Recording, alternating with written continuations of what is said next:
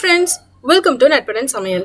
எங்க சேனலுக்கு புதுசா வரவங்க ப்ளீஸ் லைக் அண்ட் சப்ஸ்கிரைப் பண்ணுங்க. கூடவே கீழ இருக்க பெல் ஐகானையும் கிளிக் பண்ணுங்க. அப்பதான் நான் போடுற புது வீடியோஸ்லாம் உங்களுக்கு நோட்டிஃபிகேஷனா வரும். சரி வாங்க ஃப்ரெண்ட்ஸ், இன்னைக்கு நம்ம சேனல்ல பார்க்க போற ரெசிபி கிருஷ்ணருக்கு ரொம்ப பிடிச்ச பலகாரங்களில் ஒன்றான சீடை ரெசிபி. இந்த ரெசிபியை எப்படி சுலபமாக பண்ணலான்னு பார்க்கலாம். நான் உங்களுக்கு 3 விதமான சீடை எப்படி செய்கிறதுன்னு காட்ட போகிறேன். உப்பு சீடை, ஸ்வீட் சீடை, கார சீடை. முதல்ல ஃப்ரெஷ்ஷாக அரிசி மாவு, உளுந்து மாவு எப்படி ரெடி பண்ணுறதுன்னு சொல்கிறேன். பச்சரிசியை நல்லா வாஷ் பண்ணி க்ளீன் பண்ணி ஒரு ஒயிட் துணியில் 3லேருந்து 4 மணி நேரம் வரைக்கும் அதை காய வச்சு, அதுக்கப்புறம் அதை பவுடராக நல்லா ஸ்மூத்தாக அரைச்சி வச்சுட்டு அதை ஒரு சல்லடையில் சலிச்சிட்டு ஒரு டவாவை ஹீட் பண்ணி அதில் சலிச்சு வச்சுருக்க மாவை லோ ஃப்ளேமில் வறுத்துட்டு அதை தனியாக எடுத்து வச்சுக்கலாம். அடுத்து அதே டவாவில் கொஞ்சமாக உளுந்து சேர்த்து அதையும் நல்லா ட்ரை ரோஸ்ட் பண்ணி பவுடராக அரைச்சி வச்சுக்கணும்.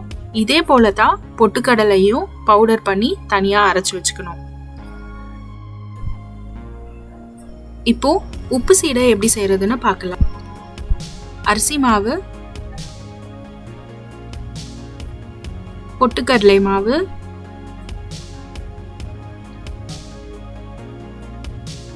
உளுந்து மாவு, உப்பு,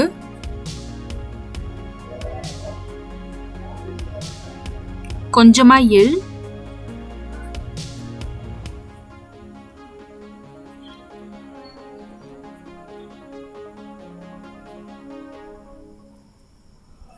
கொஞ்சம் பெருங்காயத்தூள்,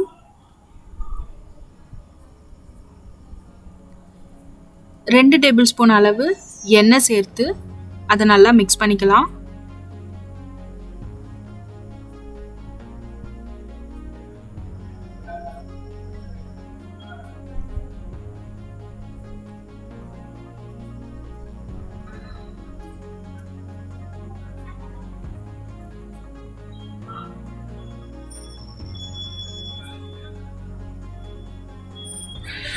இப்போ கொஞ்சம் கொஞ்சமாக தண்ணி சேர்த்து அதை நல்லா மாவு போல் பிசைஞ்சு வச்சுக்கலாம்.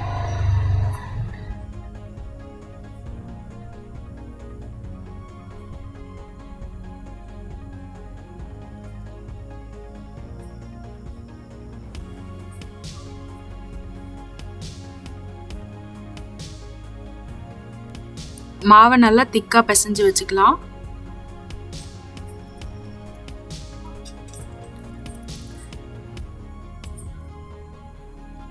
இந்த மாவை சின்ன சின்ன உருண்டையா உருட்டிக்கலாம். ரொம்ப பர்ஃபெக்டான ஷேப்க்கு நீங்கள் உருட்டாதீங்க. கொஞ்சம் ரஃபாகவே இருக்கட்டும், கிராக்ஸோடவே இருக்கட்டும்.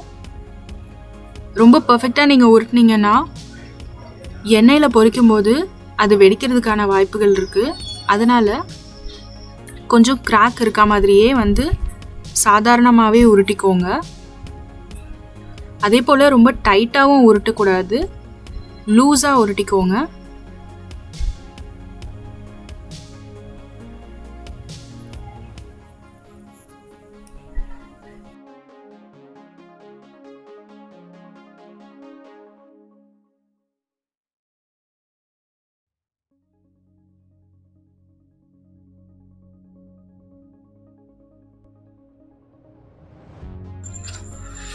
இதே போல் எல்லா மாவையும் சின்ன சின்ன உருண்டையாக உருட்டி வச்சுக்கலாம்.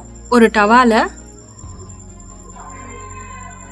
ஃப்ரை பண்ணுறதுக்கு தேவையான அளவு எண்ணெய் சேர்த்து, எண்ணெய் சூடானதும் நம்ம ஆல்ரெடியே உப்பு சீடைக்கு உருட்டி வச்சிருந்த மாவை கொஞ்சம் கொஞ்சமாக அதில் சேர்த்து அதை நல்லா டீப் ஃப்ரை பண்ணிக்கலாம்.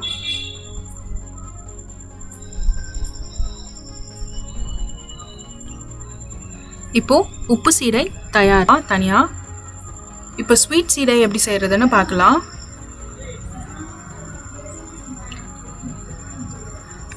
ஒரு டவாவை ஹீட் பண்ணி அதில் வெல்லம், தண்ணி சேர்த்து வெல்லம் நல்லா கரையிற அளவுக்கு பாகு மாதிரி காய்ச்சி வச்சுக்கலாம். இப்போ ஒரு மிக்சிங் பவுலில் அரிசி மாவு, பொட்டுக்கடலை மாவு,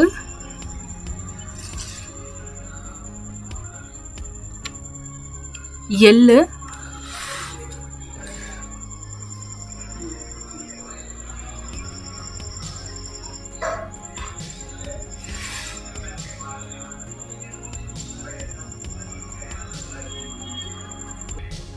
வெள்ளை பாகு சேர்த்து நல்லா மிக்ஸ் பண்ணிக்கலாம்.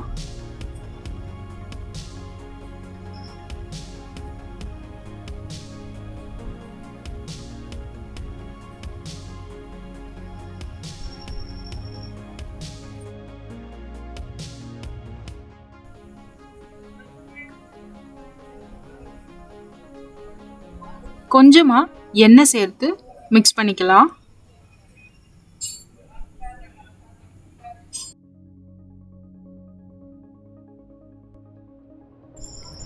இப்போ இந்த மாவையும் சின்ன சின்ன உருண்டையா உருட்டி தனியா எடுத்து வச்சுக்கலாம்.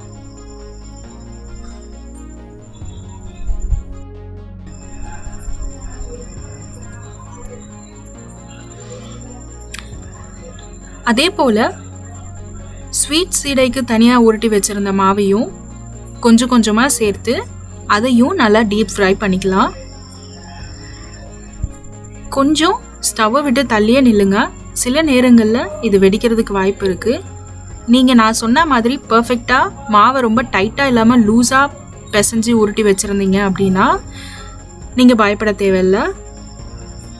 இப்போ ஸ்வீட் சீடையும் தயார். கார சீடைக்கு நம்ம முன்னாடி பண்ணியிருந்த மாதிரியே மாவில் காரப்பொடி சேர்க்கிறதா இருந்தாலும் சேர்த்துக்கலாம். இல்லைனா ஒரு டவாவில் கொஞ்சமாக எண்ணெய் சேர்த்து அதில் உங்களுக்கு தேவையான அளவு காரத்துக்கு ஏற்ப சில்லி பவுடர் சேர்த்து அது நல்லா ரோஸ்ட் ஆனதுக்கப்புறமா நம்ம ஆல்ரெடியே பண்ணி வச்சுருந்த உப்பு சீடையை அதில் போட்டு ஒரு 5 நிமிஷம் வரைக்கும் அதை நல்லா ஃப்ரை பண்ணிங்கன்னா போதும். ஆட்டோமேட்டிக்காக காரம் அதில் அப்சர்வ் ஆக ஆரம்பிச்சிடும். இப்போ கார சீடையும் தயார். நீங்களும் கிருஷ்ணருக்கு பிடிச்ச இந்த பலகாரங்களை செஞ்சு கிருஷ்ண ஜெயந்தியை கொண்டாடுங்க. இந்த வீடியோ உங்களுக்கு பிடிச்சிருந்தா லைக் அண்ட் சப்ஸ்கிரைப் பண்ணுங்க. இந்த வீடியோவில் ஏதாவது டவுட் இருந்துச்சுன்னா கமெண்ட் செக்ஷனில் கமெண்ட் பண்ணுங்க. நன்றி. இது நட்புடன் சமையல்.